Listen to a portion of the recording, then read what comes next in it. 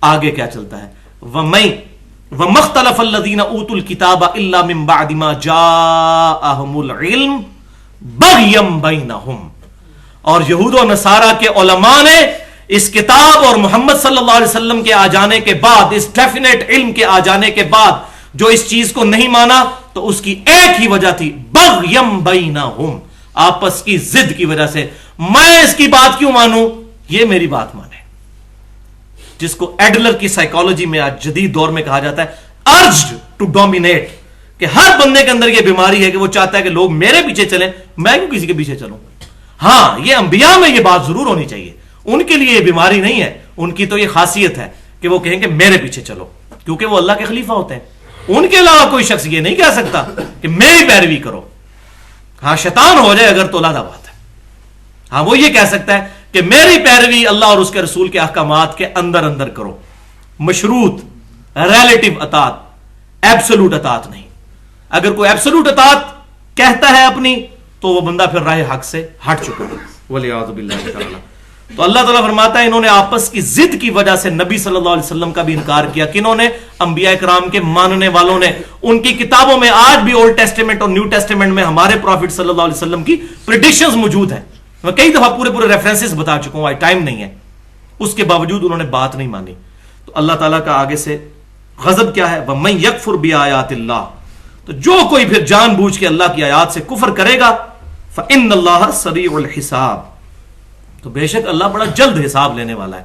دھمکی ہے اس کے اندر کہ دنیا کے اندر موجے مار لو، آخرت میں تمہاری پکڑ ہونے والی ہے. والعیاذ باللہ تعالی. تو بھائیو، نبی صلی اللہ علیہ وسلم جیسی مبارک ہستی دنیا میں موجود اور علماء نے ان کی بات نہیں مانی. کیوں؟ علماء یہود کے پیروکار کہتے تھے اتنے بڑے بڑے بزرگ پاگل ہیں. اور واقعی نبی صلی اللہ علیہ وسلم کے مقابلے پہ تو عمر میں وہ بہت بڑے تھے. 80 90 سال کے بابے جو ہیں وہ خیبر کے قلعوں میں بیٹھے ہوئے تھے، ان کے بڑے بڑے علماء یہود. نبی صلی اللہ علیہ وسلم کی تو ہارڈلی عمر اس وقت 52 سال تھی، اور آپ صلی اللہ علیہ وسلم کی تو داڑھی مبارک بھی وفات تک سفید نہیں ہوئی، مکمل ہی کالی تھی. بخاری اور مسلم کے الفاظ ہیں کہ آپ صلی اللہ علیہ وسلم کی وفات کے وقت انس ابن مالک کہتے ہیں 20 سے زیادہ بال سر اور داڑھی کے ملا کے سفید نہیں تھے، 20 سے بھی کم تھے. یہ حضور کا معجزہ تھا، کیونکہ کالی داڑھی خوبصورتی کی نشانی ہے. تو آپ صلی اللہ علیہ وسلم کی داڑھی سفید ہوئی نہیں کبھی، سوائے چند ایک یہ کن پٹی پہ بال اور یہ 1 2 بچی پہ اور کچھ سر کے. 20 سے زیادہ میرے سفید ہو چکے ہیں. یہ آپ کا معجزہ تھا. تو یہ کہتے تھے اتنے بڑے بڑے بزرگ ہمارے، وہ غلط ہے اور یہ کل کا نوجوان ٹھیک ہے. ان کے لیے تو نوجوان ہی تھا نا جی. 80 سال کے بابے کے مقابلے پہ 50 52 سال والے بندے کی کیا عمر ہوتی ہے. تو انہوں نے نبی صلی اللہ علیہ وسلم کا بھی انکار کر دیا. یہ ایسی بیماری ہے آبا پرستی اور بزرگ پرستی کہ انبیاء اکرام علیہ السلام کی مخالفت پر لوگ اتر آتے ہیں، آنکھوں کے آگے ایسی پٹی باندھ دی جاتی ہے. والعیاذ باللہ تعالی. اور بھائیو یہ نہ سمجھیے گا یہ صرف یہود و نصارہ کی باتیں ہو رہی ہیں. بخاری اور مسلم کی متفق علیہ حدیث ہے، اور یہ حدیث تقریباً دنیا کی تمام احادیث کی کتابوں میں موجود ہے کہ آپ صلی اللہ علیہ وسلم نے فرمایا بے شک تم بھی، اور ترمذی کے الفاظ ہیں اللہ کی قسم تم بھی اسی رستے پر چل پڑو گے قدم با قدم، بالشت بر بالشت، جس پر اگلے گزرے ہوئے لوگ چلے. اگر ان میں سے کوئی گوہ کے سوراخ میں داخل ہوا تو تم بھی یہی کام کرو گے. صحابہ کرام نے پوچھا یا رسول اللہ صلی اللہ علیہ وسلم یہ اگلے لوگوں سے مراد کیا یہود و نصارہ ہے؟ تو آپ صلی اللہ علیہ وسلم نے فرمایا کہ اگر یہود و نصارہ مراد نہیں تو اور کون سے لوگ ہیں؟ یعنی یہود و نصارہ کی ساری برائیاں اس امت میں بھی پیدا ہوں گی، کیونکہ بیسک ہیومن انسٹنکٹ وہی ہے، بیماری وہی چلتی آ رہی ہے. کتاب و سنت میں جتنی خرابیاں ان کے علماء اور بزرگوں میں تھیں وہ اس امت میں بھی آئیں گی. نبی صلی اللہ علیہ وسلم نے کیٹاگوریکل مینشن کر دیا، لیکن لوگوں کی تسلی نہیں ہوتی. ہمارے یہاں پر ایک بہت بڑے عالم ہیں پاکستان میں، بریلوی مکتبہ فکر کے ڈاکٹر آصف اشرف جلالی صاحب. تو انہوں نے اپنے لیکچر میں یہ حدیث کوٹ کی اور کہنے لگے کہ یہ جو بیماریوں کی بات ہو رہی ہے نا، اس سے مراد کوئی شرکیہ عقائد نہیں ہے، اس سے مراد ہے کہ یہود و نصارہ کا فیشن اڈاپٹ کریں گے میری امت کے لوگ. دیکھیں کیسے حدیثوں کو بدلتے ہیں. اس سے مراد ہے کہ جو یہود و نصارہ فیشن کریں گے وہ یہ امت کرے گی. عقیدوں کی خرابی نہیں آئے گی. ماشاءاللہ یہ آپ کو کس نے گارنٹی دے دی ہے؟ تو اس حدیث کا شان ارشاد جیسے قرآن کا شان نزول ہوتا ہے نا، حدیث کا شان فرمان بھی موجود ہے. یہ حضور نے کہا کس موقع پر تھا؟ کہ تمہارے اندر وہی خرابیاں پیدا ہوں گی جو یہود و نصارہ میں کیا فیشن کے اوپر کہا تھا یا ایک شرکیہ عمل کے اوپر کہا تھا، وہ الحمدللہ موجود ہے۔ جامعہ ترمذی میں صحیح سند کے ساتھ یہ حدیث موجود ہے۔ صحابہ کرام کہتے ہیں ہم غزوہ حنین کے دوران ایک جگہ سے گزر رہے تھے، وہاں پر ایک درخت تھا جس کو ذات انوات کہا جاتا تھا، وہاں پر مشرکین برکت کے لیے اپنا اسلحہ لٹکایا کرتے تھے، جیسے آج بھی درختوں کے پر یہ مختلف قسم کی اور ٹاکیاں وغیرہ باندھی ہوئی ہوتی ہیں، تو یہ مشرکین بھی کرتے تھے، ادھر سے مس کر کے جاتے تھے تاکہ ہمیں جنگ میں فتح ہو۔ تو صحابہ کرام علیہم رضوان نے وہاں پر یہ کہا یا رسول اللہ صلی اللہ علیہ وسلم آپ ہمارے لیے بھی کوئی ایسا درخت مقرر کر دیں کہ جہاں سے ہم بھی برکت حاصل کر لیں۔ اللہ اکبر، آپ صلی اللہ علیہ وسلم نے اس وقت کہا سبحان اللہ۔ یہ حضور کہتے ہوتے تھے جب بہت حیران کن بات ہو، اور اس میں امپلائڈ ہے سبحان اللہ عما یشرکون، اللہ پاک ہے تو کس طرح کی باتیں کر رہے ہو تم لوگ، آج تو تم نے وہی بات کر دی جو موسیٰ علیہ السلام کے ماننے والوں نے کہی تھی۔ پھر نبی صلی اللہ علیہ وسلم نے سورۃ الاعراف کی آیت نمبر 138 پڑھی کہ جب موسیٰ علیہ السلام اور ان کے ساتھی ایک جگہ سے گزر رہے تھے جہاں پر لوگ بتوں پر اعتکاف کیے ہوئے بیٹھے ہوئے تھے، تو موسیٰ علیہ السلام کو ان کے ساتھیوں نے کہا حضرت آپ بھی ہمارے لیے کوئی کنسنٹریشن کے لیے بت مقرر کر دیں، کوئی اللہ کا ہی بت بنا دیں تاکہ ہم کنسنٹریشن کے لیے اس پہ اعتکاف کریں۔ تو سیدنا موسیٰ علیہ السلام نے کہا تھا اے اللہ ان جاہل لوگوں سے میں تیری پناہ میں آتا ہوں، اور وہی ہوا جب موسیٰ علیہ السلام گئے تو انہوں نے پیچھے بچڑے کے ساتھ وہی اشر کیا اور معبود بنا بھی لیا جھوٹا۔ تو نبی صلی اللہ علیہ وسلم نے صحابہ کرام کو کہا تم نے تو وہی بات کر دی جو موسیٰ علیہ السلام کے پیروکاروں نے، وہاں پھر آپ نے ساتھ وہی بات ارشاد فرمائی جو اور بخاری اور مسلم میں ہے، اللہ کی قسم تم میں وہی خرابیاں پیدا ہوں گی جو اگلوں میں پیدا ہوئی تھی۔ تو یہ وہ خرابی کون سی تھی؟ اس پہ ہی میں نے پورا الحمدللہ ایک لیکچر دیا، مسئلہ نمبر 8 کے نام سے، صرف 20 منٹ میں۔ کیا کلمہ گو مسلمان بھی شرک کر سکتا ہے؟ یہ جو فراڈ مچایا ہوا ہے کلمہ گو جو ہو گیا وہ شرک کر ہی نہیں سکتا۔ واقعی جس نے دل سے کلمہ پڑھا وہ شرک نہیں کر سکتا، اس میں کوئی شک نہیں ہے۔ اس کا مطلب کہ کلمے میں فالٹ ہے اگر کلمہ پڑھ کے بھی کوئی شرک کر رہا ہے، والعیاذ باللہ تعالی۔ مولویوں کے ہتھے چڑھ جائے تو پھر بیڑا غرق ہے۔ علمی پوائنٹ نمبر 3، الحمدللہ قرآن و سنت کے دلائل میں یہ بات بالکل واضح ہو گئی کہ اس دنیا میں گمراہی کی سب سے بڑی وجہ آبا پرستی، بزرگ پرستی، علماء کی اندھا دھند پیروی ہے بغیر دلیل کے۔ لیکن یہ معاملہ دنیا تک نہیں ہے صرف، اگر دنیا میں نقصان ہونا ہوتا تو خیر تھا، 40-50 سال کی کسی زندگی برباد کر دی کسی کی، خیر ہے، لیکن بھائیو اس سے اربوں خربوں سال کی ہمیشہ کی زندگی ان علماء کی وجہ سے برباد ہونے والی ہے۔ ان علماء سے مراد جو علماء سو ہے، علماء کرائم اور بزرگان بے دین، علماء کرام اور بزرگان دین مراد نہیں، وہ تو حزب اللہ ہیں، ان سے ہی تو دین سیکھنا ہے، لیکن ان سے یہ نہیں کہنا کہ آپ کیا فرماتے ہیں بیچ اس مسئلے کے، یا حضرات کیا فرماتے ہیں، ان سے پوچھنا ہے اللہ کیا فرماتا ہے، رسول اللہ کیا فرماتے ہیں، صحابہ کا عمل کیا ہے صلی اللہ علیہ وسلم اور رضی اللہ عنہم اجمعین۔ اب بھائیو آخرت میں جو انجام ہونے والا ہے یہ الحمدللہ یہ اتنی انٹلیکچوئل گفتگو ہے کسی بندے کے لیے، میں سمجھتا ہوں یہ بنیادی گفتگو ہے یہ مسئلہ سمجھانا کہ یہ علماء کے پیچھے چل کے آخرت برباد ہونے والی ہے، اور قرآن پاک میں کیٹیگوریکل مینشن ہے، 2 مقامات، ویسے تو درجنوں ہیں لیکن 2 امپورٹنٹ ترین ایپیکس جو ہیں وہ میں نے چوز کیے ہیں۔ پہلا ہے سورۃ الفرقان کی آیت نمبر 27 سے 30 تک، بسم اللہ الرحمن الرحیم، وَيَوْمَ يَعُضُّ الظَّالِمُ عَلَى يَدَيْهِ، اس دن ظالم شخص اپنا ہاتھ چبا کے منہ میں ڈالے گا، ایسا حیران ہوگا یہ کیا ہے، بزرگوں کے پیچھے میں رگڑا گیا، میں نے تو یہ سمجھا تھا انہوں نے مجھے چھڑانا ہے، یہ تو خود ہی ادھر جا رہے ہیں۔ اس دن ظالم شخص اپنا ہاتھ چبا کے منہ میں ڈالے گا، کہے گا یقول یا لیتنی اتخذت مع الرسول سبیلا، کہے گا ہائے افسوس کاش میں نے رسول اللہ کا راستہ اختیار کیا ہوتا۔ دیکھ لیں وہی بیماری، رسول کا راستہ اختیار کیا ہوتا۔ یا ویلتا، ہائے افسوس، لیتنی لم اتخذ فلانا خلیلا، کاش میں نے فلاں بزرگ کے ساتھ، فلاں شخص کے ساتھ، فلاں دوست کے ساتھ دوستی نہ گانٹھی ہوتی، اس کے پیچھے میں بیڑا غرق ہو گیا میرا۔ اور وہ کیا، لقد اضلنی عن الذکر، بے شک اس نے، میرے دوست نے تو مجھے گمراہ کر دیا اس الذکر قرآن سے، انا نحن نزلنا الذکر وانا له لحافظون، بعد اذ جاءنی، بعد اس کے کہ وہ حق میرے پاس آ چکا تھا، مجھے بتا دیا گیا تھا کہ بخاری اور مسلم میں نماز کا طریقہ یہ لکھا ہوا ہے، لیکن میرے دوستوں نے مجھے کہا نہیں نہیں نہیں، اتنے بزرگ پاگل تھے، بیڑا غرق کر دیا انہوں نے اپنا بھی اور میرا بھی۔ وَقَانَ الشَّيْطَانُ لِلْإِنسَانِ خَذُولًا، اب اللہ نے شیطان کہہ دیا کہ بے شک شیطان جو ہے وہ انسان کو بے یار و مددگار چھوڑنے والا ہے، قیامت والے دن کسی نے کام نہیں آنا۔ وَقَالَ الرَّسُولُ يَا رَبِّ إِنَّ قَوْمِ اتَّخَذُوا هَذَا الْقُرْآنَ مَهْجُورًا، اور رسول اللہ صلی اللہ علیہ وسلم کہیں گے اے اللہ میری قوم نے قرآن کو پیٹھ کے پیچھے ڈال دیا تھا، میری امت نے قرآن کو پیٹھ کے پیچھے ڈال دیا تھا۔ نبی صلی اللہ علیہ وسلم شکایت کریں گے، جس کی شکایت امام کائنات سید الاولین والآخرین شفیع المذنبین رحمت للعالمین سیدنا و مولانا امام اعظم محمد رسول اللہ صلی اللہ علیہ وسلم کر دیں، اس کی شفاعت کون کرے گا؟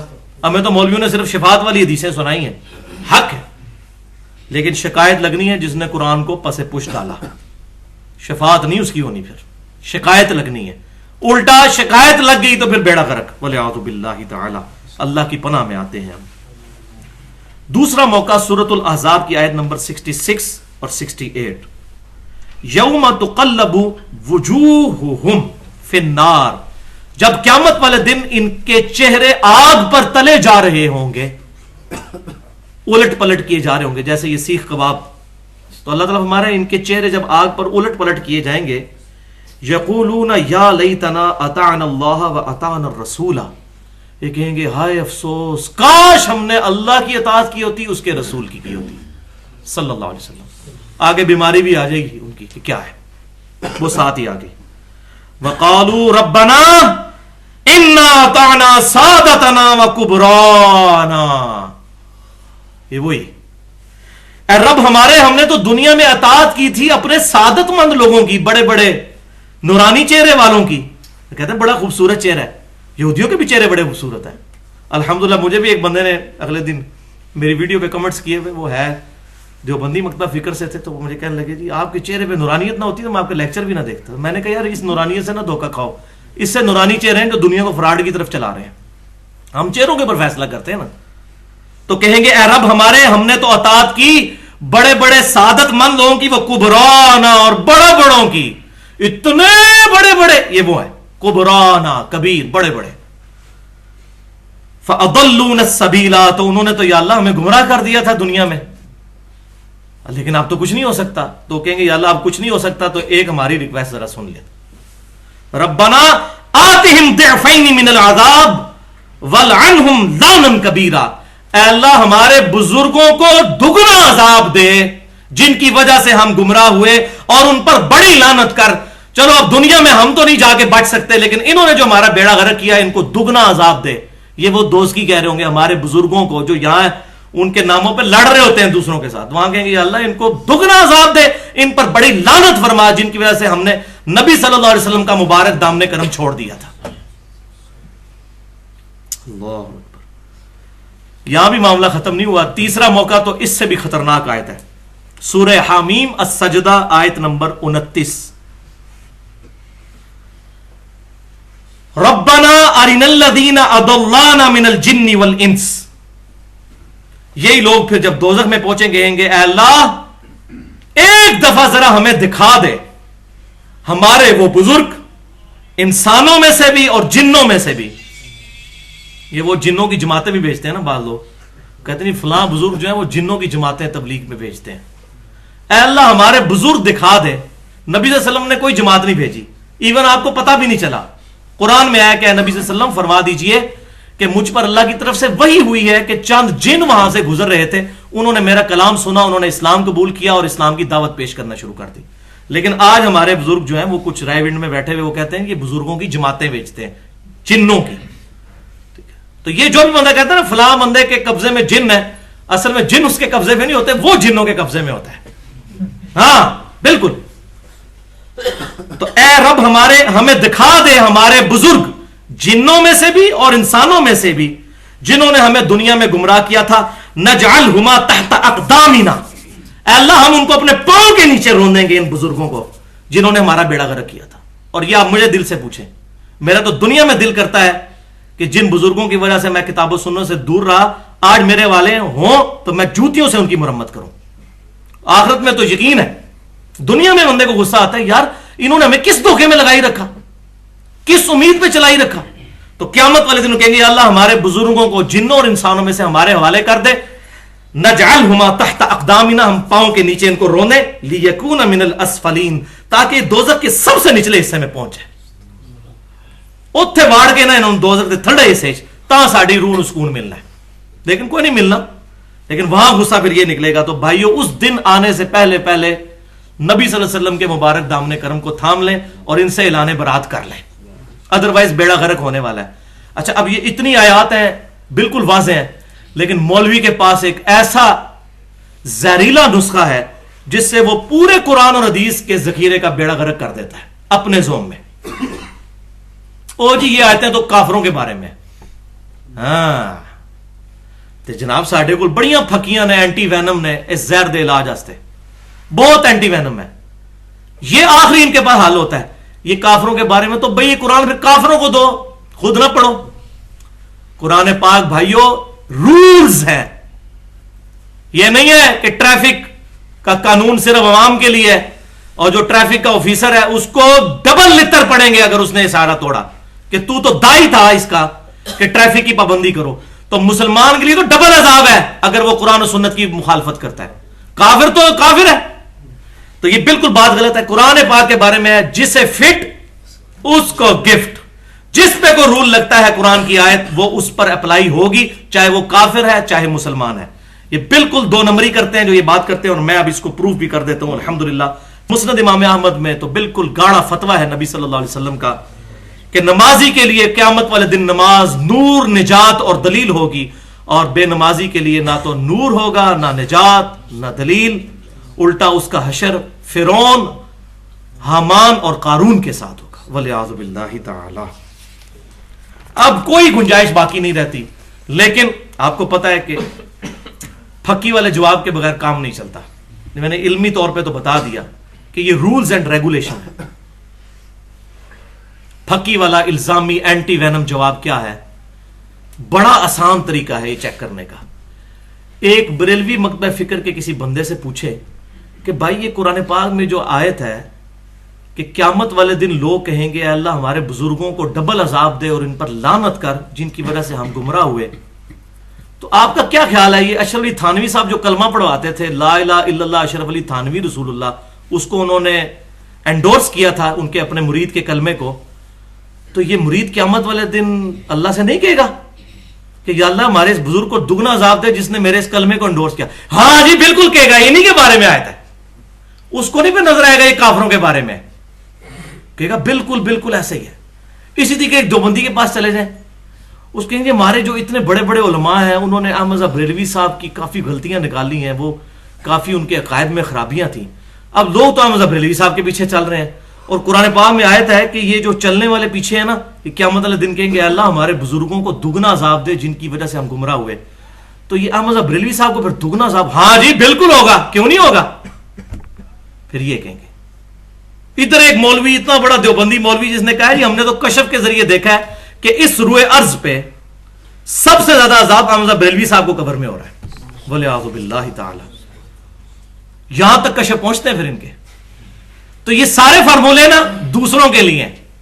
پھر ادھر آیت بھی کافروں کے بارے میں نہیں رہے گی, کہیں گے نہیں جی نہیں اس میں تو واضح ہے جو بھی.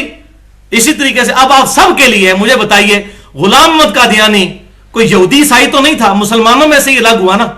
غلام احمد قادیانی کے جو پیروکار غلام احمد قادیانی کے پیچھے چل کر اپنا عقیدہ برباد کر رہے ہیں, کیا قیامت والے دن وہ نہیں کہیں گے کہ اللہ غلام احمد قادیانی کو ڈبل عذاب دے جس کی وجہ سے ہم گمراہ ہوئے؟ کہیں گے. تو آپ وہ کہیں یہ کافروں کے بارے میں, وہ جی قادیانیوں کو ہمارے علماء نے کافر قرار دے دیا. آپ کے علماء نے تو سب کو ہی کافر قرار دیا ہوا ہے. کھول کے دیکھیں فتوے, مجھے بتائیں کس عالم کے بارے میں فتویٰ چاہیے. دیوبندیوں کے علماء کو بریلویوں نے کافر قرار دیا ہوا, بریلویوں کے علماء کو دیوبندیوں نے کافر قرار دیا ہوا, ان دونوں نے اہل حدیث کو دیا ہوا. یہ تکفیر اور خوارج والا سلسلہ قیامت تک کے لیے جاری ہے. یہ تھوک کے حساب سے فتوے ساروں نے سنبھال کے رکھے ہوئے, کسی کو نہیں چھوڑا ہوا.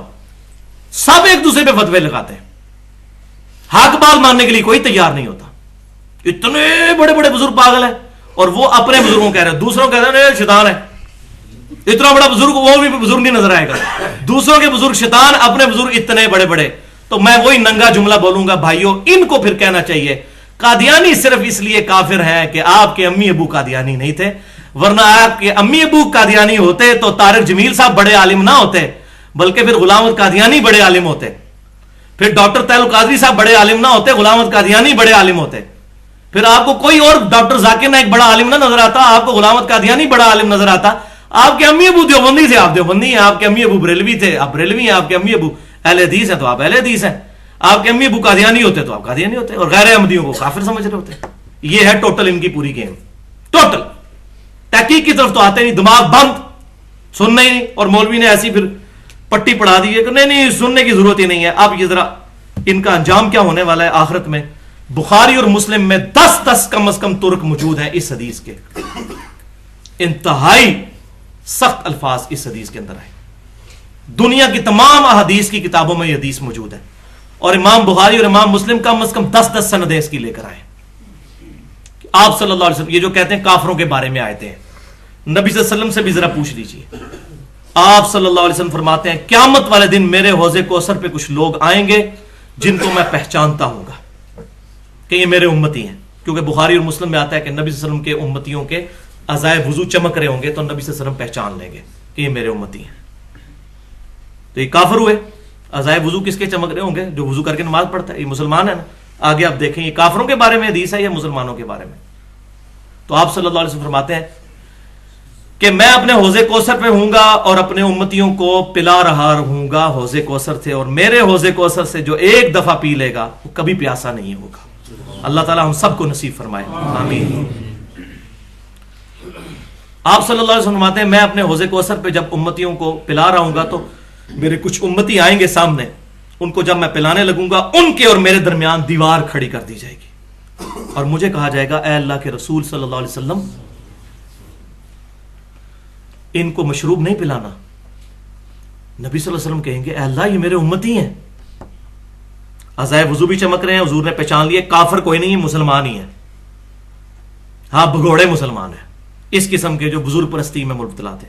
اور یہ بات یاد رکھیے گا ہم کسی کی تکفیر نہیں کرتے, بریلوی دیوبندی اہل حدیث شیعہ جو بھی اہل قبلہ ہے, ہم کسی کی کوئی تکفیر نہیں کرتے, اس کی غلطی پوائنٹ آؤٹ کرتے ہیں. یہ خوارج کا طریقہ ہے کسی کو کافر قرار دینا. ہم سب کو مسلمان سمجھتے ہیں الحمدللہ. ہاں جہاں پر غلطی لگی ہے غلطی کو غلطی کہتے ہیں. یہ ہے سولوشن اینڈ, پرابلم اینڈ پہ نہیں آنا چاہیے.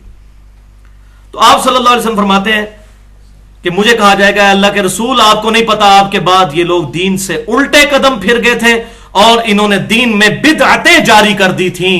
تو آپ صلی اللہ علیہ وسلم فرماتے ہیں اس وقت میں کہوں گا سحقن سحقن لمن غیر بعدی, سحقن سحقن لمن بدل بعدی. ان پر پھٹکار ہو, ان کو مجھ سے دور کر دو جنہوں نے میرے بعد میرے دین کو بدل دیا. والعیاذ باللہ تعالی. یہ حدیث روایت کر کے سیدنا عبداللہ بن ابی ملیکہ رحمت اللہ علیہ تابعی, جنہوں نے صحابہ سے یہ حدیث سنی, اس حدیث کے ساتھ کہا کرتے تھے اے اللہ ہم تجھ سے دعا کرتے ہیں کہ ہم تیرے نبی کی دنیا سے رخصتی کے بعد, وفات کے بعد ان کے دین سے الٹے قدم نہ پھریں, آمین. یہ وہ دعا کیا کرتے تھے. یعنی وہ تعویل اس نے تفسیر بھی کر دی کہ یہ ہے ہی مسلمانوں کے بارے میں. تو اب یہ جو کہنا کافروں کے بارے میں آیات ہیں مسلمان, یہ کون لوگ ہیں؟ جسے فٹ اس کو گفٹ. تو قرآن پاک رولز اور ریگولیشن کی بک ہے. یہ کسی ایک گروہ کے لیے نہیں, پوری انسانیت کے لیے ہے. اس میں رولز ہیں, جو بندہ اس کو وائلیٹ کرتا ہے اس کو سزا ملے گی. حتیٰ کہ سورۃ العذاب کھول کے دیکھیں, اللہ تعالیٰ فرماتا ہے نبی کی بیویوں تم عام عورتوں کی طرح نہیں ہو, اگر تم نے بے حیائی کی تمہیں دگنا عذاب دوں گا. دیکھ نبی کی بیویوں, مسلمان کہہ رہے جی میری خیر ہے, کلمہ پڑھ لیا ایک بار بس انشاءاللہ جنت میں ہی جائیں گے. تل کا امانیہم, یہ ان کی وشفل تھنکنگز ہیں. یہ بھی ایک یہود و نصارہ کی خرابی تھی, وہ کہتے تھے ہم تو جنت میں جائیں گے, چند دن کے لیے دوزخ میں جائیں گے لوگوں کی آنکھ میں دھول جھونکنے کے لیے, پھر اللہ تعالیٰ ہمیں جنت میں بھیج دے گا. بس ایک پھیرا لگے گا, اور وہی خرابی یہاں بھی آ چکی ہے. والعیاذ باللہ تعالی. اب بھائیو آخری 2 پوائنٹس ہیں انشاءاللہ جو کنکلوژن والے ہیں, لیکن ایک دفعہ دروشی پڑھ لیجئے.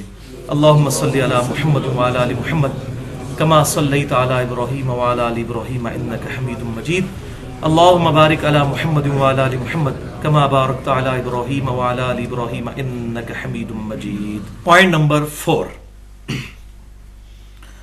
یہ 3 پوائنٹس کے اندر ہم نے ساری بیماری الحمدللہ سمجھ لی قرآن و سنت کی روشنی میں کہ گمراہی کی اصل وجہ کیا ہے. اب اس کے سولوشن کی طرف بھی آنا چاہیے کہ اس کا حل کیا ہے. ویسے تو حل اس میں امپلائڈ ہو چکا کہ ظاہر ہے جو بیماری ہے اس کے الٹ کام کیا جائے. بیماری ہے بزرگ پرستی، اس کے الٹ ہے اللہ اور اس کے رسول کی اطاعت عز و جل صلی اللہ علیہ وسلم. لیکن پھر بھی بات کو مزید کھول کر بیان کرنے کے لیے بھائیو، اسلام وہ واحد دین ہے جس نے توہمات کے دائرے کو چھوڑ کر علم کے اوپر بنیاد رکھی ہے. اور 10 کمانڈمنٹس جو تورات، انجیل اور قرآن میں بھی موجود ہیں، سورہ بنی اسرائیل میں بھی، جو ہمارا پمفلٹ بھی ریسرچ پیپر نمبر 7 چھپ چکا ہے، لیکچر کے اینڈ پہ آپ سب کو مل بھی جائے گا. اس میں 9ویں کمانڈ ہے بسم اللہ الرحمن الرحیم ولا تقف ما لیس لک بہ علم. اے انسان، کسی ایسی چیز کی پیروی مت کر جس کے بارے میں تیرے پاس علم نہیں ہے. علم کے بغیر پیروی نہیں کرنی جب تک علم نہ آ جائے. یہ نہیں کہنا اتنے اتنے بڑے بزرگ کہہ رہے، نہیں، علم خود حاصل کرنا ہے. اور یہاں پہ مجھے بات ضمن یاد آ گئی، اکثر کہتے ہیں جی وہ علماء نے علم حاصل کیا ہوا ہے وہی حاصل کر سکتے ہیں. دیکھیں ڈاکٹر ہے، وہ ڈاکٹر سے مسئلہ پوچھنا چاہیے تو ان کو بتایا کریں اللہ کے بندو ڈاکٹری پڑھنا فرض ہے نہیں تو ڈاکٹر تو چند ایک ہی ہوں گے. علم دین حاصل کرنا فرض ہے کہ نہیں؟ تو یہ ہر انسان کو سمجھ بھی آئے گا. اس کے لیے مولویوں کی ڈگری کی ضرورت نہیں ہے. ڈاکٹری کے لیے ظاہر ہے کہ ڈگری کی ضرورت ہوگی. باقی اگر عالم کی بات کرتے ہیں آپ تو یہ کہتے ہیں ان کے پاس ڈگری ہے تو یہ کیا پرفیکٹ عالم ہے؟ پرفیکٹ عالم صرف نبی صلی اللہ علیہ وسلم ہے. میں یہاں بخاری اور مسلم سے درجنوں مثالیں پیش کر سکتا ہوں. اتنے بڑے بڑے صحابہ کو بعض مسائل نہیں پتا ہوتے تھے، حضرت عائشہ سے پوچھتی تھی، یا حضرت عائشہ کو مسئلہ نہیں پتا تو حضرت علی سے پوچھتے تھے. صحابہ بھی مکمل طور پہ پرفیکٹ عالم نہیں تھے. تو ہر مسلمان تو ہوتا ہی عالم ہے. جس مسلمان کو وضو کا طریقہ آتا ہے وہ وضو کا عالم ہے، علم رکھنے والا. ڈگریوں والا عالم ہوگا تو اس سے پوچھے کیا ہر چیز کا اسے علم ہے؟ تو قرآن پاک میں 1000 آیات سائنٹیفک فیکٹس کے اوپر ہے، جیالوجی پر، ایسٹرونومی کے اوپر، اسی طریقے سے ایمبریولوجی کی فیلڈ کے اوپر. یہ ساری کی ساری سائنٹیفک فیکٹس کے اوپر جو آیات ہیں. تو اللہ کون سا عالم ہے جو اس کی تشریح کرے گا؟ وہ تو پھر جا کے سائنٹسٹ سے پوچھنا ہوگا. تو پرفیکٹ تو قرآن و حدیث کا کوئی بھی عالم نہیں ہے، تھوڑا تھوڑا ہر عالم ہے. ہاں 24 گھنٹے کی زندگی گزارنے کے لیے جو علم چاہیے وہ ہر مسلمان سیکھ سکتا ہے. وہ ایک ریڑھی بان بھی سیکھ سکتا ہے، ایک پڑھا لکھا انسان بھی، ایک ڈاکٹر بھی، ایک انجینئر بھی اور ایک ان پڑھ بھی اتنا علم سیکھ سکتا ہے جس سے اس کی 24 گھنٹے کی زندگی گزرنی ہے. اب یہ راکٹ سائنس ہے، ایاک نعبد و ایاک نستعین. اے اللہ ہم صرف تیری عبادت کریں گے اور غائب میں مدد کے لیے دعا میں صرف تجھی کو پکاریں گے. اس کے بعد کوئی شخص تعویل کی غلطی لگ جائے تو الگ بات، اللہ اس کو معاف کرے اور ہدایت پر لائے. کوئی بندہ یا علی مدد کہہ نہیں سکتا اس کے بعد. یہ کوئی راکٹ سائنس نہیں. سورہ فاتحہ کا ترجمہ تو سب کو آتا ہے. اس کے بعد کوئی بندہ قبروں سے فیض لینے کا قائل نہیں ہوگا، اللہ ہی کو پکارے گا دعا میں. تو بھائیو قرآن پاک نے توہمات سے بچا کر علم پر بنیاد رکھی. ولا تقف ما لیس لک بہ علم. اے انسان کسی چیز کی پیروی اس وقت تک مت کر جب تک تیرے پاس علم نہ ہو. ان السمع والبصر والفؤاد کل اولئک کان عنہ مسئولا. بے شک کان، آنکھیں اور عقل، فواد کی اپروپریٹ ٹرانسلیشن ہے عقل. فعید عربی میں کہتے ہیں فائدے والی چیز کو. اس کا ترجمہ دل نہیں بنتا، دل کے لیے قلب کا لفظ استعمال ہوتا ہے. کان، آنکھیں اور عقل، اس کے بارے میں پوچھا جائے گا ان 3 اعضاء کو استعمال کر کے تو نے حق بات حاصل کیوں نہیں کی. یہ اللہ تعالیٰ نے ہر بندے کو دی ہوئی ہے. اگر کوئی پاگل ہو جائے تو اس سے پھر حساب کتاب بھی نہیں. وہ واضح حدیث ہے صحیح بخاری میں. لیکن جس کی کان، آنکھیں اور عقل کام کرتی ہے اس کو پھر یہ ساری چیزیں خود حاصل کرنی ہوں گی. اسلام صرف 2 علوم کو مانتا ہے، تیسرے کسی علم کو نہیں. نمبر 1 ریویلڈ نالج، وحی کا علم، کتاب و سنت کا علم جو اللہ انبیاء کرام کے ذریعے دیتا ہے امتوں کو. اس کو کہتے ہیں ریویلڈ نالج اللہ کی طرف سے. اور دوسرا علم ہے acquired knowledge, the knowledge obtained through observations and experiments. مشاہدات اور تجربات سے حاصل کیا ہوا علم، وہ یعنی سائنس. قرآن صرف ان 2 علوم کو مانتا ہے، تیسرے کسی علم کو نہیں. انہی کی بنیاد پہ فیصلہ. آگ جلاتی ہے، پٹرول آگ کو بھڑکا دیتا ہے. اب قرآن حدیث میں کہیں نہیں لکھا کہ پٹرول آگ کو بھڑکا دیتی ہے، لیکن یہ ہم نے ڈیفینیٹ نالج حاصل کیا، سائنٹیفک فیکٹس کے ذریعے چیز ثابت ہوگی. یہ قرآن و سنت کی طرح ہی حجت ہے.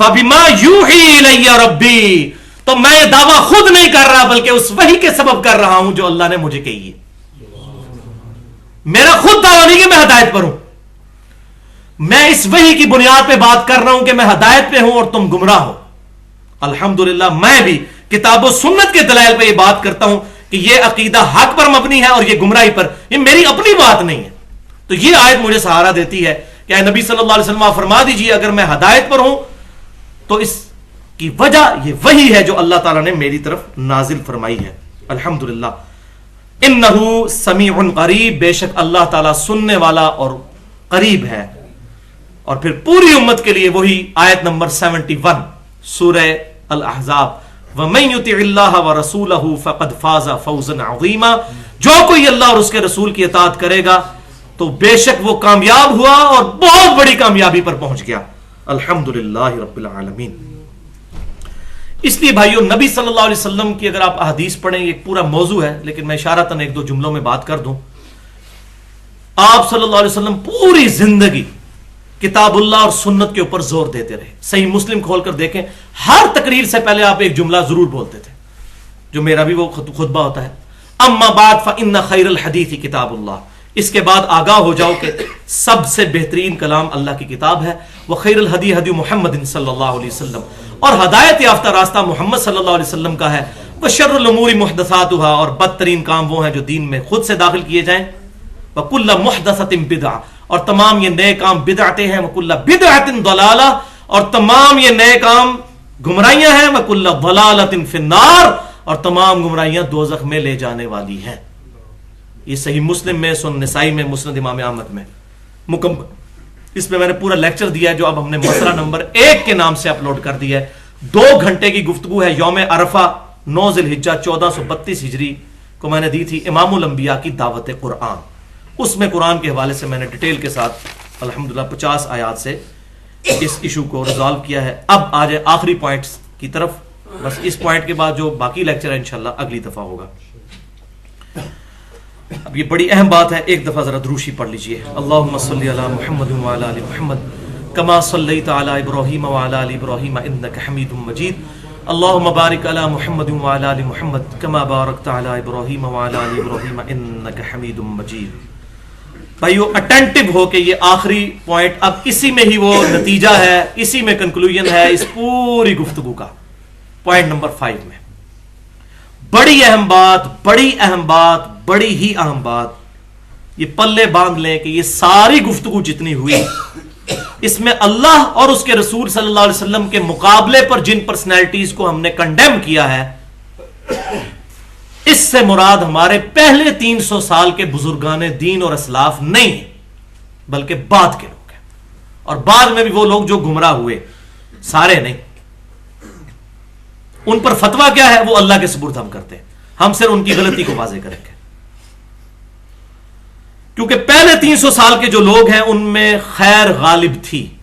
اور نبی صلی اللہ علیہ وسلم نے اس کی پریڈکشن خود ہی فرما دی. صحیح بخاری اور صحیح مسلم کی متفق علیہ حدیث ہے جو تمام دنیا کی حدیث کی کتابوں میں موجود ہے کہ آپ صلی اللہ علیہ وسلم نے فرمایا سب سے بہتر زمانہ میرا ہے، اس کے بعد ان کا جو مجھے دیکھنے والے ہیں یعنی صحابہ کرام علیہم رضوان، اس کے بعد ان کا جو ان کو دیکھیں، اس کے بعد ان کا جو ان کو دیکھیں یعنی صحابہ، تابعین اور تبع تابعین. یہ 3 قرن کہتے ہیں عربی میں زمانے کو. یہ 3 خیر القرون ہیں، 3 بہترین زمانے ہیں. ان کو آپ صلی اللہ علیہ وسلم نے کہا کہ یہ سب سے بہترین زمانے ہیں. اور پھر آپ صلی اللہ علیہ وسلم نے فرمایا اس کے بعد کیا ہوگا، وہ ہو گیا ہوا ہے، جھوٹے لوگ پیدا ہوں گے. نمبر 1. نمبر 2، امانت میں خیانت کرنے والے لوگ. پنجابی میں ویسے بڑی سخت بات ہے لیکن سن لیں. پنجابی میں ایک محاورہ ہے، کتی چورنا رلی ہے. سنا ہوا ہے؟ کتا کس لیے رکھا جاتا ہے؟ گھر کی حفاظت کے لیے. دین کی حفاظت کس کا ذمہ ہوتا ہے؟ علماء کا. جب علماء ہی وہی کام شروع کر دیں کہ لوگوں کو گمراہ کن باتیں بتانا شروع کر دیں تو باہر سے کیا اسلام پہ حملہ ہونا ہے؟ کتی چوروں رل جائے تو اس کا تو علاج ہی کوئی نہیں ہے. وَلِعَاذُ بِاللَّهِ تعالی. تو معذرت اگر کسی کو یہ بات بری لگے لیکن بعض اوقات پنجابی میں یہ چیزیں ٹرانسلیٹ ہو سکتی ہیں. امانت میں خیانت کریں گے. امانت دی تھی, قرآن حدیث ڈائریکٹ نہ پڑھنا, گمراہ ہو جاؤ گے. قرآن حدیث ڈائریکٹ نہ پڑھنا, ہمارے بزرگوں نے منع فرمایا ہے. انہوں نے یہ کتاب لکھ کے آپ کے حوالے کر دی, آپ یہ پڑھیں, فضائل اعمال, فضائل سنت, الرحیق المختوم, یہ کتابیں پڑھیں آپ. 14 ستارے پڑھیں, اہل تشیع کی کتاب, چاروں دے نام لے رہے, کوئی ناراض نہیں ہونے لگا انشاءاللہ. الرحیق المختوم میں بھی بہت ضعیف روایتیں موجود ہیں. تیسرا فرمایا کہ جھوٹی گواہیاں دیں گے وہ لوگ, جھوٹی گواہیاں دیں گے, دیتے ہیں اللہ کی قسم آپ ہمارے ساتھ چلیں انشاءاللہ میں قیامت دن آپ کو بخشوا لوں گا. پھر شیخ عبد القادر جیلانی رحمۃ اللہ علیہ کا نام لیں گے, جھوٹی گواہیاں دیں گے. اور چوتھی چیز, یہ مجھے سمجھ نہیں آتی تھی, اب سمجھ آئی ہے. آپ صلی اللہ علیہ وسلم فرمایا کہ چوتھی چیز 300 سال کے بعد, یعنی 3 قرن کے بعد آئے گی کہ لوگ موٹے ہوں گے اور موٹاپے کو پسند کریں گے. اب یہ سمجھ نہیں آتی تھی موٹاپے کو پسند کرنا کیا ہوتا ہے. ہمیں تو موٹا بندہ اچھا ہی نہیں لگتا, موٹاپے کو پسند کریں گے کیا مطلب؟ سیدھی جی گل ہے, موٹاپے کو پسند کریں گے, تند ہوں گے. اور آپ دیکھ لیں ان کو کتنا کتنا کھاتے ہیں یہ, اور کس طرح توندیں نکلی ہوتی ہیں, اتنے موٹے موٹے ہوتے ہیں. اسی پھر گاڑیوں میں بیٹھتے ہیں اور فرض کے بعد سنت موقدہ بھی نہیں پڑھ سکتے, پھر وہ اجرے میں چلے جاتے ہیں جی, وہاں جا کے پڑھتے ہیں. تو یہ مجھے سمجھ نہیں آتی تھی کہ موٹاپا عام ہو جائے گا اور موٹاپے کو پسند کریں گے. کسی کو بیماری ہو الگ بات ہے, لیکن یہ تو نہیں کہ سارے مولویوں کو ایک ہی بیماری لگ گئی ہے. اتنا بڑا تو یہ کوئی وبائی مرض تو نہیں ہے کہ جو پھیل گیا ہے. موٹاپا کوئی وبائی مرض بھی نہیں, یہ بھی یاد رکھیے گا. تو یہ وبائی, ہاں روحانی طور پہ وبائی مرض ہے, جس کے اندر وہ بیماری موجود ہے کہ وہ فتنہ مال کے اندر مبتلا ہو چکا ہے اور قتال سے بھاگتا ہے اور زہد کی زندگی سے بھاگتا ہے, اور بخاری اور مسلم کی اس حدیث کو بلا چکا ہے, اے اللہ محمد اور آل محمد کو بس اتنا ہی دینا کہ ان کے روح اور جسم کا رشتہ برقرار رہے. یہ حدیثیں صرف بخاری مسلم میں لکھنے کے لیے ہیں, ان پہ عمل نہیں کرنا. 4 بندوں کی خوراک کھا جاتے ہیں, اور پھر وہ خوراک پوری کرنے کے لیے پھر انہوں نے طریقے ڈیوائز کیے ہوئے چندے کے. پھر تقریریں کرتے ہیں جی آپ تو چونکہ جہاد پہ جا نہیں سکتے, آپ کی تو بڑی مصروفیت ہے, تو آپ ہمیں چندہ دے دیں, آپ کی جگہ ہم کر لیں گے. وہ اس طرح چلتا ہے. یہ آخری کنکلوژن پھر اس طریقے سے ہوتی ہے. اللہ ماشاءاللہ میں سب کو نہیں کہہ رہا, اہل حق بھی موجود ہوں گے, لیکن مجھ سے نہیں پوچھنا اہل حق کون ہے, مجھے بھی کوئی نہیں پتا, تو میں احتیاطاً کہہ رہا ہوں. تو جب قتال سے بھاگیں گے, جہاد سے دور ہٹیں گے, تو پھر موٹاپے کو پسند کریں گے. یہ حدیث الحمدللہ مجھے سمجھ آئی ہے اس ہفتے میں کہ یہ موٹاپے کو پسند کریں گے, موٹاپا عام ہو جائے گا. یہ 300 سال کے بعد یہ کام کیا ہوا, اور یہ 300 سال کا عدد بخاری اور مسلم کی متفق علیہ حدیث ہے. آپ صلی اللہ علیہ وسلم نے فرمایا اس وقت جو روئے زمین پر زندہ ہے 100 سال نہیں گزریں گے کہ اسے موت آ جائے گی. اور ابن عمر کے صحیح مسلم میں الفاظ ہیں کہ آپ نے اپنی وفات سے 1 مہینہ پہلے یہ بات کہی تھی, اور آپ یہ بتانا چاہ رہے تھے کہ صحابہ کا قرن یعنی صحابہ کا زمانہ 100 سال کے اندر ختم ہو جائے گا. اور ہمیں پتا ہے کہ آخری صحابی ابو طفیل عامر بن واصلہ رضی اللہ تعالیٰ عنہ المتوفا 110 ہجری, حضور صلی اللہ علیہ وسلم کی وفات کے تقریباً 99 ایئرز اور کچھ مہینوں یعنی 100 سال کے بعد وہ فوت ہوئے. ان کے بعد دنیا میں کوئی صحابی زمین پر زندہ نہیں تھا, یعنی آخری صحابی حضور سے 100 سال کے بعد فوت ہوئے.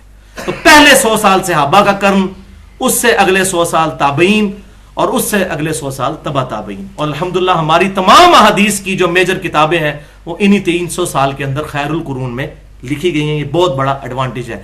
لہٰذا اس زمانے میں جو ہمارے بزرگان دین ہیں وہ واقعی بزرگان دین ہیں, جن کے بارے میں نے کہا کہ ان کی قدموں کی خاک میری آنکھوں کا سرما. تابعین میں سے حسن بصری ہوں رضی رحمت اللہ علیہ, ابن سیرین رحمت اللہ علیہ, اتنے بڑے تابعی, سعید بن مسیب, سعید بن جبیر رحمہم اللہ اجمعین. پھر اس کے بعد آپ تبع تابعین میں آ جائیں, امام اوزائی, امام حنیفہ رحمۃ اللہ علیہ, امام مالک رحمۃ اللہ علیہ, اور اسی طریقے سے اس کے بعد تبع تابعین کے اندر امام احمد بن حنبل, عبداللہ ابن مبارک, سفیان بن عیینہ, اور اس کے بعد امام بخاری, امام مسلم, امام ابو داؤد, یہ تمام کے تمام لوگ الحمدللہ یہ اہل حق, اہل سنت کے منہج کے علماء تھے. اہل سنت یا اہل حدیث یا اصحاب الحدیث فرقہ نہیں, منہج. فرقہ واریت اسلام میں حرام ہے, وہ انشاءاللہ میں بتاؤں گا جب ٹاپک آئے گا. تو یہ ہے صحیح بزرگان دین, اور ان کی تعلیمات کیا ہیں, یہ کن چیزوں کو حق سمجھتے تھے, وہ الحمدللہ الگ سے میں 3 لیکچرز دے چکا ہوں, ان کا میں تعارف کروا دیتا ہوں. لیکچر نمبر 1 تقلید اور اتباع سنت میں کیا فرق ہے، یہ مسئلہ نمبر 10 کے نام سے 50 منٹ کی گفتگو ہے اہل سنت پاک .com پر کہ تقلید کیا ہے اور اتباع سنت کیا ہے، ان دونوں میں کیا فرق ہے۔ دوسرا مسئلہ نمبر 11 کے نام سے صرف 25 منٹ کی گفتگو ہے تقلید اور پہلے 300 سال کے مسلمانوں کے بزرگان دین، یہ بزرگان بے دین نہیں، بزرگان دین اسلاف۔ اور تیسرا اجماع کی حجیت اور اس کی 17 مثالیں، مسئلہ نمبر 31 کے نام سے 40 منٹ کی گفتگو ہے اہل سنت پاک .com پر۔ اور چوتھا لیکچر تو میں سمجھتا ہوں یہ تمام ایشوز کو ریزالو کر گیا جو ہماری پچھلی سیٹنگ ہوئی تھی، رفع الیدین سے متعلق فرقہ وارانہ نظریات کا تحقیقی جائزہ، اس میں تقلید کا مسئلہ، یہ سارے ایشوز ریزالو ہو گئے ہیں۔ 140 منٹ کی گفتگو ہے اہل سنت پاک .com پر مسئلہ نمبر 70B کے نام سے۔ تو یہ ہیں وہ اصل بزرگان دین جن کے بارے میں قرآن میں آیا فَاسْأَلُوا أَهْلَ الذِّكْرِ إِن كُنتُمْ لَا تَعْلَمُونَ، اگر تمہیں علم نہیں تو اہل علم سے پوچھ لو۔ یہ اللہ سے ڈرنے والے ہیں، یہ جعلی ڈگریوں والے علماء نہیں ہیں۔ جعلی ڈگریوں والے سیاست دان ہیں، جعلی ڈگری والے علماء بھی ہیں۔ ظاہر ہے وہ ڈگری جعلی ہے کہ اگر کوئی بندہ ڈگری لے کر بھی لوگوں کو غلط بات بتا رہا ہے، وَلِعَاذُ بِاللَّهِ تَعَالَى، یہ وہ نہیں ہے بزرگ فرماتے ہیں اور حضرات فرماتے ہیں۔ یہ کون سے علماء ہیں جو اس چیز کے اوپر پیرا ہے؟ سورۃ النساء کی آیت نمبر 59، اسی پہ میری تقلید والی وہ گفتگو ہے۔ یا ایھا الذین آمنوا اطیعوا اللہ واطیعوا الرسول واولی الامر منکم، اے ایمان والو اللہ کی اطاعت کرو، اس کے رسول کی اطاعت کرو، اور جو تم میں حکمران بنایا جائے اس کی بھی اطاعت کرو، امیر المومنین کی، خلیفۃ المسلمین کی، لیکن اس کی اطاعت ایبسولوٹ نہیں ہوگی۔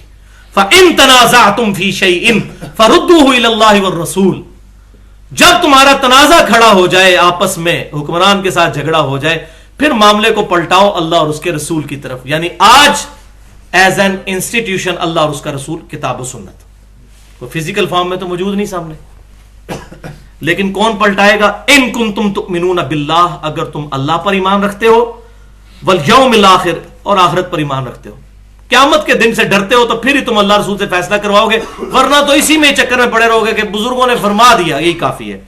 ذالک خیر، اسی میں تمہاری خیریت ہے، وَأَحْسَنُ تَأْوِيلًا، اور یہی انجام کے اعتبار سے بہتر بھی ہے۔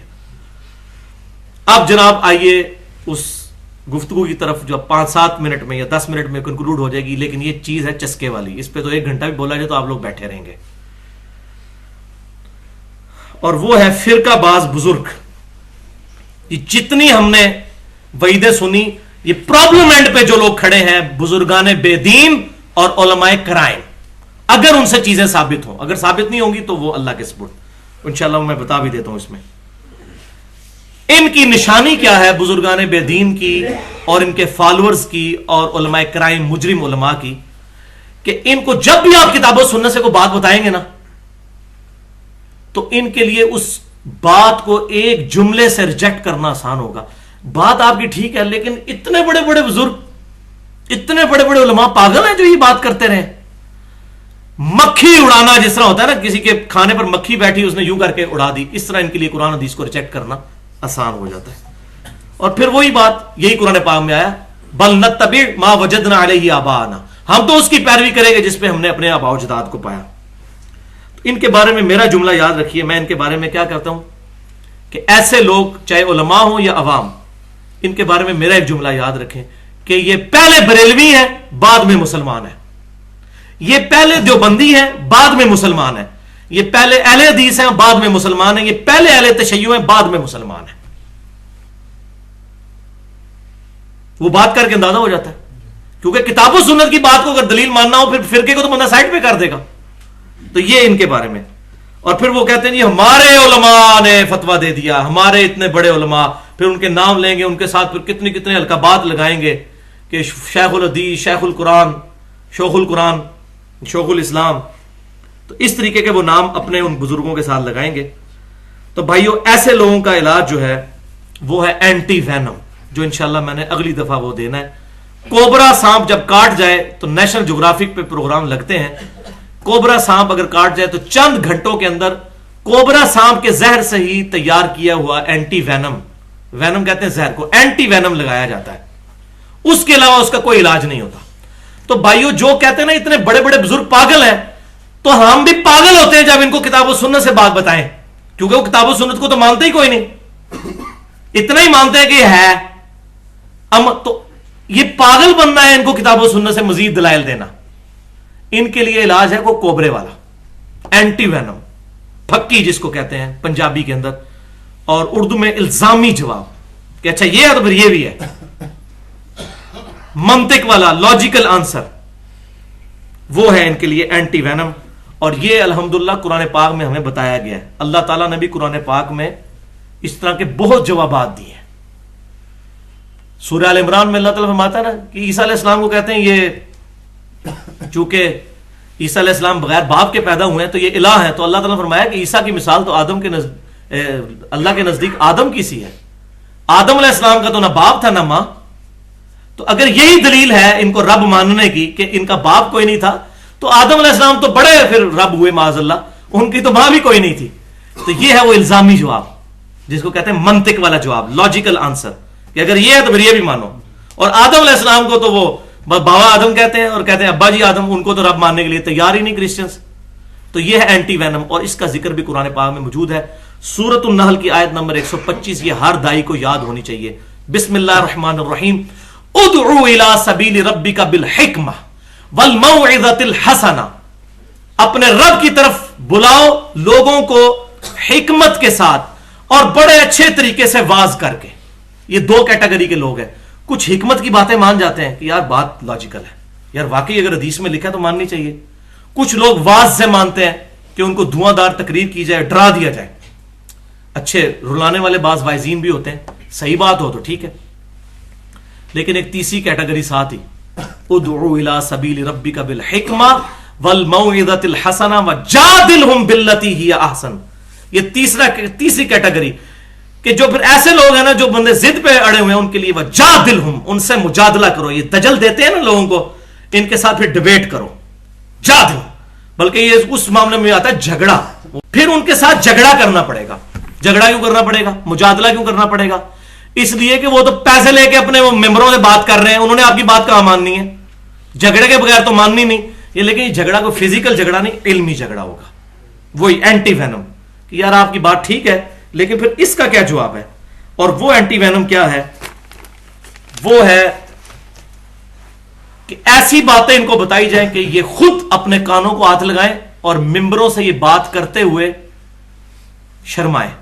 اگر وہ کہتے ہیں نا ہمارے بزرگوں کی ساری باتیں ٹھیک ہیں تو ان کو کہیں 2-4 باتیں ہم بتاتے ہیں جو میں نے 19 جمع کی ہیں، اس پہ ایک لیکچر دے دیں جمعے کا کہ ہمارے بزرگ یہ کہہ گئے ہیں. مطلب ہمارے بزرگ کلمہ پڑھوا کے گئے ہیں لا الہ الا اللہ چشتی رسول اللہ، نعوذ باللہ. تو یہ بتائیں یہ واقعہ کتابیں اب کتابیں آج بھی چھپ رہی ہیں، ان کو کنڈیم بھی کوئی نہیں کر رہا. لا الہ الا اللہ اشرف علی تھانوی رسول اللہ والعیاذ باللہ تعالی. تو یہ بتائیں کہ یہ ہمارے بزرگوں کے عقیدے تھے، اور اتنے بڑے بڑے بزرگ تھے کہ انہوں نے اپنے ناموں کے کلمے بھی پڑھائے ہیں تاکہ لوگ ماریں لتر آپ کو، پھر لوگوں کو پتا چلے آپ کا اصلی چہرہ. تو آپ کیوں نہیں بتاتے لوگوں کو؟ اور یہ میں آپ کو بتاؤں یوٹیوب پہ پورے مناظرے پڑے ہوئے ہیں. بریلویوں نے جب لا الہ الا اللہ اشرف علی تھانوی رسول اللہ کے اوپر مناظرہ کیا تو دیوبندیوں نے کہا آپ کے بزرگ بھی تو لا الہ الا اللہ چشتی رسول اللہ لکھ کے گئے ہیں. انہوں نے کہا چلو ٹھیک ہے، پھر دو طرف ہو گئے، صاحب برابر ہو گیا. یہ اسی طریقے سے ہے کہ میرا بیٹا اسکول میں فیل ہو جائے تو میں کہوں بیٹا تو کیوں فیل ہوا؟ تو کہ ابو جی آپ کے دوست کا بیٹا بھی فیل ہو گیا. میں کہوں ہاں بالکل ٹھیک ہو گیا. یہ جواب ہے، یہ جواب اپنے آپ کو دھوکا. اور یہی مناظرے ہو رہے ہوتے ہیں. اگر آپ مناظرے دیکھیں، چاہے آپ جناب مناظرہ دیکھیں حنیف قریشی صاحب کا، طالب الرحمان شاہ صاحب کا جو اہل حدیث کے عالم ہیں، حنیف قریشی صاحب بریلویوں کے، الیاس گمن صاحب دیوبندیوں کے، ان کے اگر مناظرے دیکھیں نا، اس میں شرائط شروع میں کیا مانی ہوتی ہیں؟ اگر آپ نے ہماری کوئی ایسی بات بتا دی جو کتاب و سنت کے خلاف ہوئی اور ہم نے آپ کے بزرگ کی اسی طرح کی بات بتا دی تو وہ نیوٹرل ہو جائے گی. بالکل یہ ہے. یہ اس وقت بڑا مشہور ہوا ہے مناظرہ حنیف قریشی اور طالب الرحمان شاہ کا. وہ آپ اس کی شروع کی شرائط انہوں نے پڑھ کے سنائی ہے کہ اگر ہم کوئی ایسی بات گستاخانہ جو آپ ہمارے بزرگ کی بتائیں اور ہم اسی طرح کی آپ کے بزرگ کی بتا دیں گے تو وہ بات ختم ہو جائے گی. یہ تو بات پبلک میں ختم کریں گے نا، آپ اللہ کی بارگاہ میں کیا جواب دیں گے؟ تو میرے نزدیک تو اس مناظرے کے بعد ان دونوں کو کلمہ پڑھنا چاہیے تھا. جو کچھ انہوں نے اس مناظرے میں کیا میرے نزدیک تو دونوں زیرو ہو گئے اس مناظرے کے بعد. اتنی بڑی بڑی، اور کہتے ہیں صوفیاء کی شتیہات ہیں، اس طرح کے عجیب و غریب نام انہوں نے ڈیوائز کیے ہوئے ہیں والعیاذ باللہ تعالی. تو ایسی گستاخیاں ان کو بتائی جائیں، ان کو ممبروں سے بیان کریں تاکہ لوگ بھی کانوں کو ہاتھ لگائیں اور آپ کو لتر ماریں، لوگوں کے دماغ کھلیں گے، پھر ان کو بات سمجھ آئے گی. تو یہ ایک آکاش بیل جیسے وہ درخت کے ساتھ چمٹ جاتی ہے نا، تو درخت کو جو بھی خوراک دینا وہ پرورش نہیں پاتا. جب تک ان لوگوں سے یہ آکاش بیل نہیں نہ لاگ کی جائے گی، یہ گستاخانہ ان کی عبارتیں دکھا کے ان کو کتاب و سنت کو ہی نہیں سمجھ آنا. تو ان کو ان کی آکاش بیل جو ہے پہلے الگ کریں، اور یہ حق ہوگا پھر کڑوا، اس کے لیے پھر تیار رہنا ہے. اور وہ سورہ یونس کی آیت نمبر 15 ہے. کافر کہتے تھے اے نبی صلی اللہ علیہ وسلم اس قرآن کو بدل دو یا کوئی اور قرآن لے کر آؤ، یہ بڑا سخت باتیں کرتا ہے، یہ تو بالکل کلیئر کٹ باتیں کرتا ہے. تو نبی صلی اللہ علیہ وسلم نے کہا کہ مجھے تو اس چیز کا اختیار ہی نہیں ہے کہ میں اپنے جی سے اس کو بدل دوں. انی اخاف ان عصیت ربی عذاب یوم عظیم، میں تو خود اپنے رب سے ڈرتا ہوں کہ اگر بالفرض میں نے بھی اپنے رب کی نافرمانی کی تو بڑے دن کا عذاب مجھے بھی آ پکڑے گا. یہ سورہ یونس کی آیت نمبر 15. پھر آیت نمبر 16 میں نبی صلی اللہ علیہ وسلم سے کہلوایا گیا نبی ان سے فرمائیے میں اتنا عرصہ تمہارے اندر رہا ہوں، تم نے کبھی کوئی ایسی حکمت کی بات مجھ سے سنی تھی؟ اچانک راتوں رات ہی میں ایسی باتیں کرنے لگ پڑوں. میں نے کسی شاعر کی شاگردی نہیں کی، کسی حکیم کی میں نے شاگردی نہیں کیا، اور راتوں رات اتنی فساد والا کلام بیان کر رہا ہوں. اس کے سوا اور کیا ہوگا؟ میری 40 سال کی زندگی تم پر گواہ ہے کہ یہ قرآن اللہ کی طرف سے، الحمدللہ. تو یہ کڑوا کام میں نے کیا ہے، وہ پمفلٹ اندھا دھند پیروی کا انجام. اگلی دفعہ وہ آپ کو پمفلٹ بھی مل جائے گا، اس میں 19 گستاخانہ عقائد ہیں. پھر اسی کی، اور اس میں الحمدللہ سولوشن اینڈ پہ، پرابلم اینڈ نہیں. میں نے تمام علماء کے نام پورے احترام سے لکھے ہیں. مولانا احمد رضا بریلوی صاحب، مولانا اشرف علی تھانوی صاحب، کوئی گستاخی نہیں کی، عبارتیں ان کی کتابوں سے لکھی ہیں، نیچے قرآن کا عقیدہ لکھا ہے، اور یہ بھی نہیں کہا کہ اس سے رزلٹ یہ نکلتا ہے. کا فیصلہ آپ کے ہاتھ میں. دونوں تصویر کے رخ دکھا، اس سے اور کیا مہذب طریقہ ہو سکتا ہے؟ الحمدللہ. اسی کی ایکسٹینشن پہ پھر 3 اور ریسرچ پیپر ہیں، یہ سارے اہل سنت پاک .com پہ ہیں. ایک ریسرچ پیپر نمبر 2B ہے غیر اسلامی نظریات بامقابلہ صحیح اسلامی عقائد. دوسرا قبروں سے فیض کے عقیدے کا تحقیقی جائزہ، اور تیسرا رافضیت، ناصبیت اور یزیدیت کا تحقیقی جائزہ. اس میں بھی میں نے بزرگوں کی غلطیاں پوائنٹ آؤٹ کی ہیں، اور یہی ہے اس کا کنکلوژن. ان عبارتوں کے بعد اب 3 پاسبلٹیز بنتی ہیں، اس کے علاوہ کوئی چوتھی پاسبلٹی نہیں ہے، اور اسی پہ میری گفتگو ختم ہے. پہلی پاسبلٹی یہ ہے کہ ان گستاخانہ عبارتوں کے بعد یا تو ان کی یہ بات مان لی جائے جو یہ کہتے ہیں کہ اتنے بڑے بڑے بزرگ پاگل تھے، تو ہم کہ واقعی پاگل تھے، پاگل ہی یہ کلمہ پڑھوا سکتا ہے لا الہ الا اللہ چشتی رسول اللہ ولیعوذ باللہ. ٹھیک ہے، اور ان سے کہیں کہ اپنے بزرگوں کو دوزخ سے بچانے کا واحد ذریعہ یہی ہے کہ آپ ان کو پاگل ڈکلیئر کریں. یہ پہلی پاسبلٹی ہے. ہم پاگل آدمی کلمہ اس طرح کا پڑھ لے تو اللہ تعالیٰ اس کی پکڑ نہیں کرے گا. صحیح بخاری میں حدیث ہے 3 لوگوں کی پکڑ نہیں ہے، پاگل کی، سوئے ہوئے شخص کی، اور جو نابالغ ہے. تو ان کو کہ بالکل آپ ٹھیک کہتے ہیں، وہ پاگل ہی تھے، انشاءاللہ جنت میں چلے جائیں گے اتنی بکواس کر کے بھی. اس کو بکواس کہنا کوئی بری بات نہیں ہے، اس سے بڑی اور کیا ہوگی ولیعوذ باللہ تعالی کہ اپنے نام کا کوئی کلمہ پڑھوا دے. اچھا، تو ان کو کہ ہم مان لیتے ہیں کہ وہ پاگل ہی تھے، آپ صحیح کہتے ہیں کہ پاگل ہوں گے. دوسری پاسبلٹی یہ بڑی خطرناک ہے کہ اگر وہ پاگل نہیں تھے پھر انہوں نے جان بوجھ کے ایسا کیا، ولیعوذ باللہ تعالی جان بوجھ کے ایسا کیا، کیونکہ یہ کوئی چھوٹے لیول کی غلطی نہیں ہے. چشتی ولی اللہ کہہ دیتے تو ہم بدعت کہہ دیتے، جیسے ہمارے اہل تشیع بھائی کہتے ہیں، وہ ان کے کلمے کو غلط کہہ رہے ہوتے ہیں، دیوبندی جی کلمہ ہی چینج کر لیا. اور یار وہ بدعت ہے، علی ولی اللہ اگر کوئی کلمے میں کہتا ہے، ویسے تو سارے ولی اللہ ہیں، ویسے کوئی علی ولی اللہ ابو بکر ولی اللہ کہتا رہے، اسے کلمے میں تو فرق نہیں پڑتا. لیکن اشرف علی تھانوی رسول اللہ کے انہیں جی معرفت کی بات ہے، چشتی رسول اللہ معرفت کی بات ہے، علی ولی اللہ کو کلمہ کفر تو نہیں ہے. یہ بالکل صحیح کلمہ ہے، کلمے میں ایڈ کرنا زیادہ بدعت ہوگا، کفر تو نہیں ہوگا. علی رسول اللہ اگر کوئی کہہ دے وہ کفر ہوگا. تو اپنا وہ بھی نہیں، اصلی کلمہ اسلام لکھا ہوتا ہے، اصلی کلمہ اسلام. پہلے آپ تو اپنا اصلی کلمہ اسلام بتائیں کیا ہے. تو پھر یہ ہے کہ جان بوجھ کے انہوں نے کیا، اور اگر جان بوجھ کے کیا ایسی فاش غلطی اگر جان بوجھ کے کی ہے تو پھر وہ آیت سورہ احزاب آیت نمبر 57 ان الذين يؤذون الله ورسوله لعنهم الله في الدنيا والآخرة وعد لهم عذابا مهينا. جو لوگ اللہ اور اس کے رسول کو اذیت دیتے ہیں، اللہ تبارک و تعالی کی لعنت دنیا اور آخرت میں ان پر، اور ان کے لیے اللہ تعالی نے دردناک عذاب، ذلیل و خوار کر دینے والا عذاب تیار کر رکھا ہے والعیاذ باللہ تعالی. اب تیسری اور آخری پاسبلٹی اس میں کیا ہے، جو میں جس طرف سمجھتا ہوں کہ اس میں عافیت ہو سکتی ہے، میں اس پاسبلٹی کے ساتھ ہو سکتا ہوں، بڑا تھوک کے حساب سے اس نے زن رکھ کے ویسے تو لگتا نہیں ہے کہ یہ پاسبلٹی ہے، لیکن حسن ظن رکھتے ہوئے یہ پاسبلٹی ہو سکتی ہے کہ ان بزرگوں کی تعلیمات چینج ہو گئی ہیں۔ ان بزرگوں نے چشتی رسول اللہ نہیں پڑھوایا، انہوں نے اشری تھانوی رسول اللہ نہیں پڑھوایا، انہوں نے گستاخیاں نہیں کی ہیں، انہوں نے کچھ اور کتابیں لکھی تھیں، کتابیں بعد میں بدل گئی، یہ پاسبلٹی، اس میں بزرگوں کو ایج مل سکتا ہے۔ لیکن اس کے ساتھ 3 منطقی نتائج پھر بڑے خطرناک ہیں، وہ ماننے کے لیے کوئی تیار ہی نہیں ہوگا۔ اگر کوئی یہ مانتا ہے کہ بزرگوں کی تعلیمات چینج ہوگی جس طرح انجیل چینج ہو گئی تھی، انجیل بھی تو چینج ہوئی بھی ہے، تو اس سے 3 منطقی انجام پھر ماننے ہوں گے، خالی کھلی یہ دعویٰ نہیں مانیں گے۔ پہلا یہ ہوگا کہ ان کتابوں کی اشاعت فوراً بند کی جائے اور ان کے سارے نسخے ریٹریو کیے جائیں اور علنان ممبروں پہ کہا جائے کہ یہ فسادی کتابیں ہیں، تبدیل ہوئی بھی، اور ان کو چوک میں رکھ کے آگ لگائی جائے۔ خالی کہہ کہ جان نہیں چھوٹے گی، کتابوں کے نسخے واپس لیں۔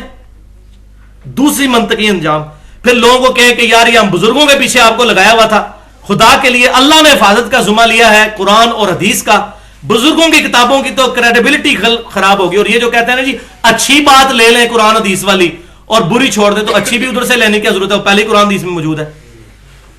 کہتے ہیں جی قرآن حدیث کے مطابق ہے تو لے لیں، نہیں ہے تو چھوڑ دیں، تو وہ پہلے ہی قرآن حدیث میں موجود ہے، اس کو ہی کیوں لینا ہے؟ ایسے کر کے کان کیوں پکڑنا ہے؟ گندگی کے ڈھیر سے ہی کیوں چیز نکالنی ہے؟ جب صاف ستھری سبزی آپ کو مل رہی ہے تو گندگی کی ڈھیر پہ کوئی اگا ہوا آلو آپ نے لے کے پکانا ہے؟ یہ بھی فراڈ ہے جی، اچھی لے لیں گے بری چھوڑ دیں گے، نہیں لیں گے تو پبلک کو بتائیں یہ فراڈیا کتابیں تھی، ہم نے آگ لگا دی، ان کے یہ ان بزرگوں کی کتابیں نہیں ہیں، آندھا سے پرنٹنگ بند کی جائے، اور یہ جو حرام خوریاں کر رہے ہیں علماء اس کی بنیاد پر پیسے چھاپ رہے ہیں، اس کو معرفت کی باتیں اور تصوف کی باتیں، جی جس کو مرشد نہ ملے وہ کشف المحجوب پڑھ لے۔ کشف المحجوب میں حضور کا سکینڈل لکھا ہوا ہے ایک صحابی کی بیوی کے ساتھ، ولیعوذ باللہ تعالی، وہ میں اگلی دفعہ بتاؤں گا، اندھا دھند پیروی کے انجام میں نبی صلی اللہ علیہ وسلم اپنی صحابی کی بیوی پہ نظر پڑی، ان کو پسند آ گئی، بعد میں حضور نے شادی کر لی، ولیعوذ باللہ۔ یہ ہے جناب مرشد کشف المحجوب۔ علی بن عثمان اجویری صاحب فوت ہو کے اللہ کے پاس چلے گئے، تھوک کے حساب سے اس نے ظن رکھتا ہوں کہ انہوں نے نہیں لکھا ہوگا، لیکن یہ پچھلے تو مجرم ہیں جو یہ چھاپ رہے ہیں اور یہ تصوف کا سکر اور صاف ثابت کرتے ہیں، اس سے یہ مجرم ہے۔ اور تیسرا منطقی انجام کے لوگوں کو کہیں گے بھائیو ہمارا لیڈر کوئی مولوی نہیں، کوئی بزرگ نہیں، ہمارا لیڈر امام کائنات سید الاولین والآخرین شفیع المذنبین رحمت للعالمین سیدنا و مولانا امام اعظم محمد رسول اللہ صلی اللہ علیہ وآلہ وسلم، جن کے بارے میں کیٹاگوریکل مینشن ہے ما ضل صاحبکم وما غوا، تمہارے نبی نہ کبھی بہکے ہیں نہ کبھی بہرا چلے ہیں، اس کے علاوہ کوئی بندہ بھی گمراہ ہو سکتا ہے، ہم کسی کے بارے میں شورٹی نہیں دے سکتے کہ وہ حق پر تھا، حسن ظن نہیں رکھ سکتے ہیں۔ صحابہ کرام علیہم رضوان یا اہل بیت کے بعد اللہ تعالیٰ سے دعا ہے جو حق بات میں نے کہی ہمارے دلوں میں راسخ فرمائے، اگر جذبات میں میرے منہ سے کوئی غلط بات نکل گئی تو اللہ تعالیٰ ہمارے دلوں سے معاف کر دے، ہمیں کتاب و سنت کی تعلیمات پر عمل کر کے دوسرے بھائیوں تک پہنچانے کی توفیق عطا فرمائے۔ اور بھائیوں جہاں یہاں جتنے کوئی 80 90 یا 100 کے قریب لوگ بیٹھے ہوئے ہیں، اس دعوت کو عام کریں اور اگلی دفعہ مزید لوگوں کو دعوت دے کر وہ اینٹی وینم کے لیے لوگوں کو لے کر آئیں تاکہ لوگوں کو بتایا جائے۔ الحمدللہ انڈیا پاکستان میں جو گمراہی اس وقت پھیل چکی ہے، اس وقت اس کا علاج ہی اینٹی وینم ہے، اینٹی وینم کے بعد انہوں نے قرآن و سنت کو ماننا شروع کرنا ہے۔ سبحانک اللہم و بحمدک اشہد ان لا الہ الا انت استغفرک و اتوب الیک وما علینا الا البلاغ المبین۔